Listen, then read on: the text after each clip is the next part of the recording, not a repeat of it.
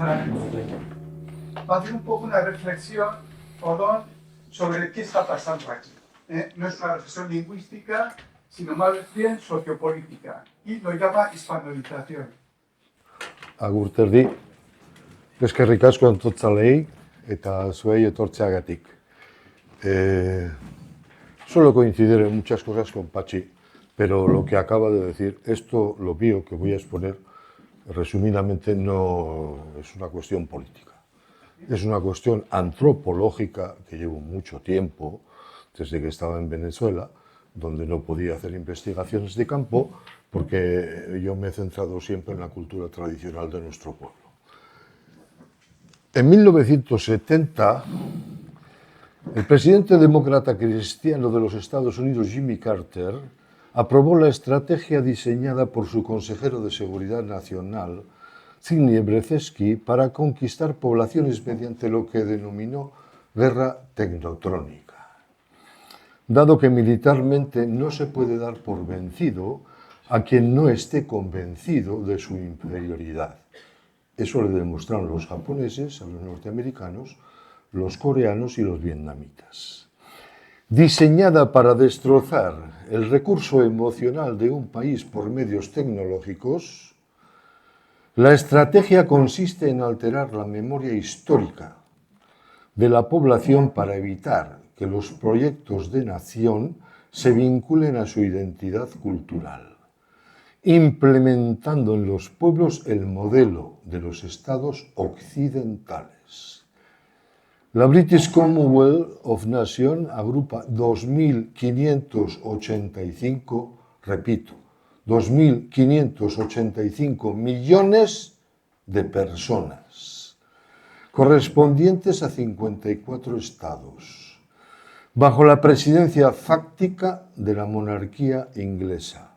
Hace 4 días, una senadora australiana le increpaba públicamente al rey inglés Charles III que les devolviese las propiedades a los aborígenes australianos. Pero, además de esto, la OIF, Organización Internacional Francofónica, agrupa en 46 estados a más de 1.000 millones de personas, teniendo en París su centro de mando.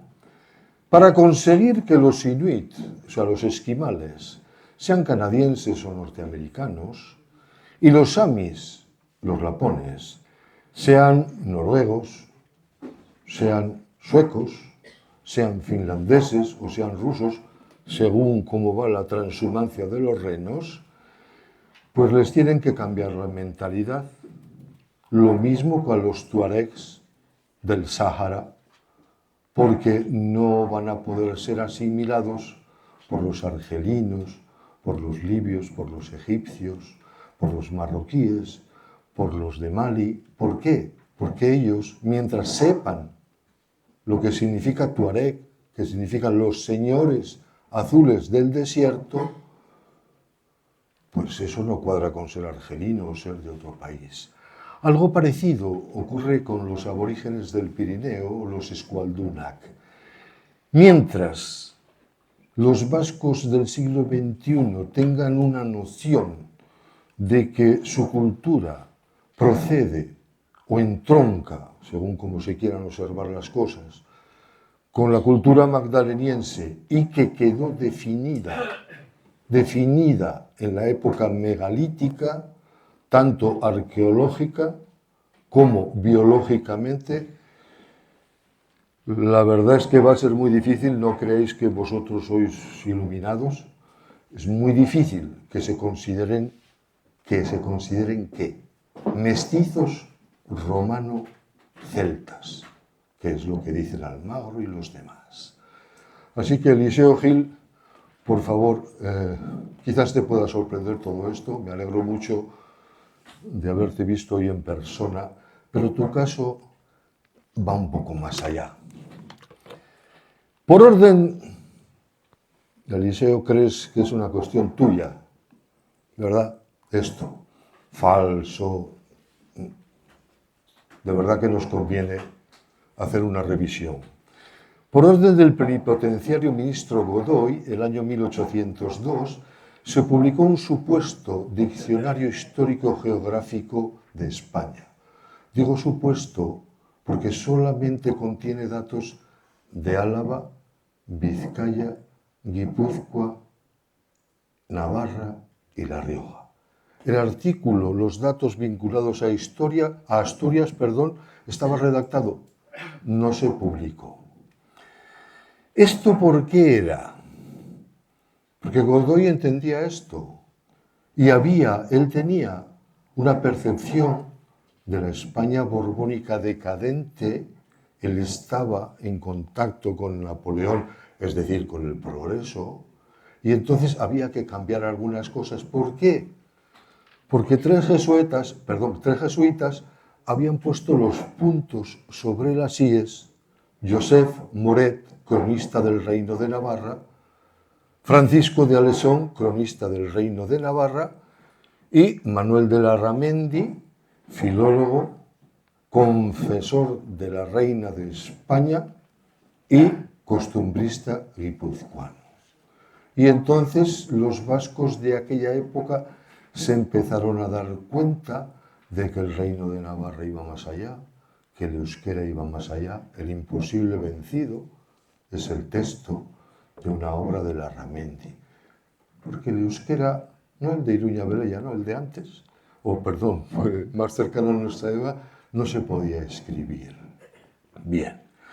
Con motivo de los denominados sucesos de la Gamazada, el gobierno español, presidido por Sagasta, porque no sé si sabréis, pero en 1841 los navarricos aceptaron dejar de ser un reino, convertirse en españoles, siempre que no se les tocase el bolsillo. Es decir, siempre que el dinero de los navarros fuese administrado por los navarricos. Bueno, habían pasado unos años y entonces se habían hecho una ley en España y dijeron no, aplicaron una normativa fiscal. Los navarricos, yo soy antropólogo, recogemos muchos refranes. Y entre nosotros hay un refrán, uno de ellos, que dice que con el culo y con el dinero pocas bromas, sobre todo con el dinero. Sagasta, el presidente del gobierno, amenazó con enviar 40.000 soldados para que se aplicase la ley que había hecho su ministro. Y el presidente de la Diputación de Navarra le respondió, el señor Echeverri, un navarrico muy auténtico, le dijo: les estarán esperando 70.000 boinas rojas. La reina española, María Cristina von Habsburg-Lothringen-Österreich-Grosselowitsch, pide un informe militar al jefe del ejército. Digo, ¿qué hacemos? Y el general Arsenio Martínez Campos Antón le respondió: Majestad, si se tratase de otra provincia, podíamos pensar en imponer la ley general empleando la fuerza si fuere preciso. Si se tratase de Navarra solamente, aún podríamos ir por ese camino. Pero debemos comprender que Navarra tiene a su lado a las tres vascongadas y que si se apela a la fuerza contra aquella, harán causa común todos los vascos, que provocarían un levantamiento en aquellas provincias para darle carácter general y en tal caso se encadenará nuevamente la guerra civil. Una guerra civil de 7 años que hasta que no asesinaron al Aguintari vasco, a Tomás de Zumalacárregui y Jauna, fueron invencibles. Y esto no se puede pasar por encima. Este preámbulo necesario de aquel nivel de confrontación se llegó con un tema que aparentemente no tiene nada que ver con el euskera ni con la cultura. Pues, ¿Horrela? Vale. ¿Qué ocurre? Que ahí se produce un cambio de estrategia en el gobierno español, perfectamente recogido por don Herminio de Oloriz, que era catedrático y miembro de la Real Academia de la Historia de España y otros elementos, pero también era secretario de la Diputación de Navarra y se da cuenta del cambio. En 1979 se dieron cuenta que hubo un cambio, sí, pero no del mismo. Por eso, perdón Eliseo, pero esto tiene sus antecedentes. ¿Qué cambio? Como no podían ir por la fuerza, ya os he puesto este antecedente, dijeron aquí hay que cambiar. ¿Cómo se cambió? En 1979, no, en 1981 se hizo con una ley, se llamó LOAPA, Ley de Armonización y tal. Claro, en España a Suárez le decían, les está dando demasiado, y el otro decía, dale, dale. ¿Por qué? Lo decía Brzezinski no es un cuento, es una estrategia militar que los norteamericanos habían empleado con todos los aborígenes, dándoles tratados que sabían perfectamente que no iban a cumplir.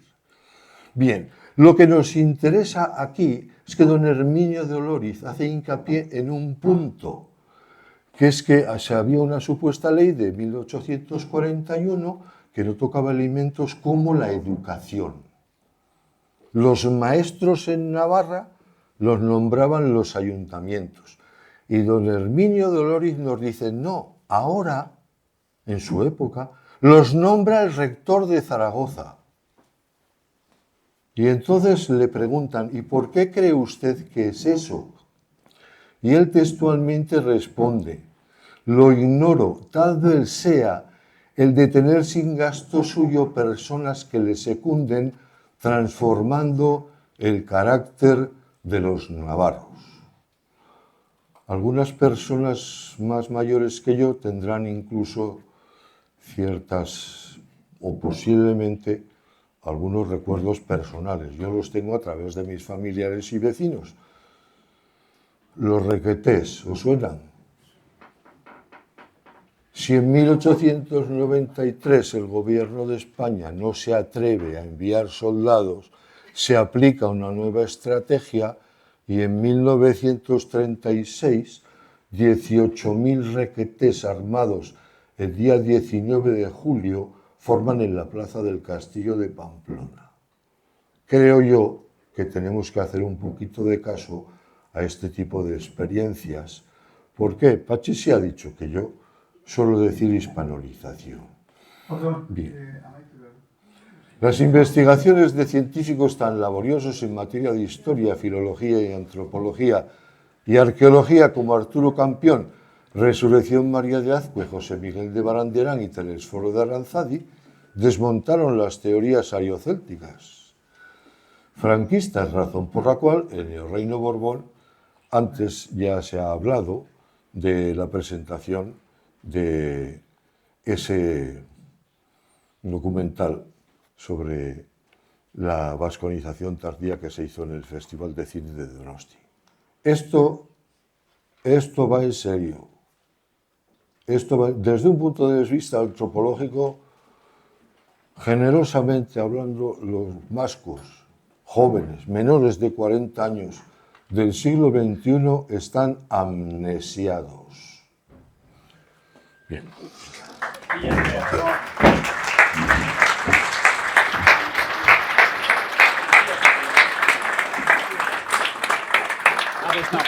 Ja,